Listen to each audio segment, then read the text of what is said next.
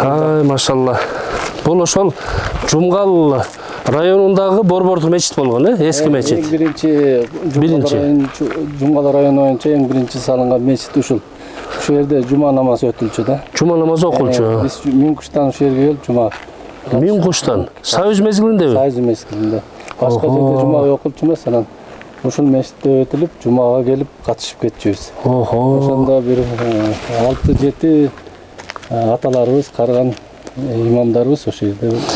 Миңкуш канча километр? 60 километр. 60 километр. 60 километрден адамдар жума намазын окуганы келишкен да?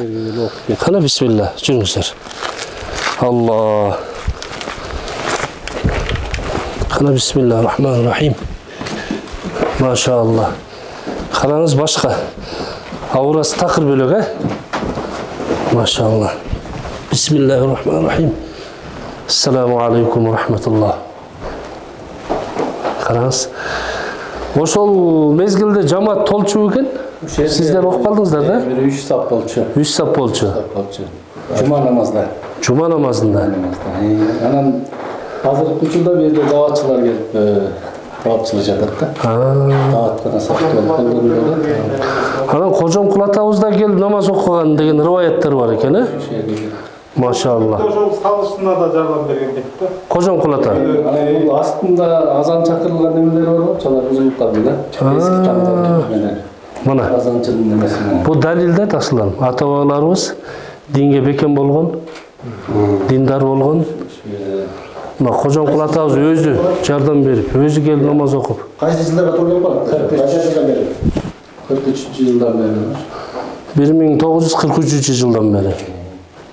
Азан чакырган немелери бар болуп чыгат азыр узунтканда. Машалла. Кыргызстан боюнча бир 3-4 эле мечит салыныпты да. Ошол мечитти салдырчу эмес экен да. Ошол 3-4 мечиттин эле бири ушул мечит. Ушул болгон, Муну михраб ошол эле бойдон да, ошол мезгилде салынган ошол бойдон. Караңыздар, Машалла. Машалла. Салкындыгын байкадыңызбы? Салкын, Салкын. Дубанын калыгы өзүнөн-өзү. Машалла, Алла разы болсун.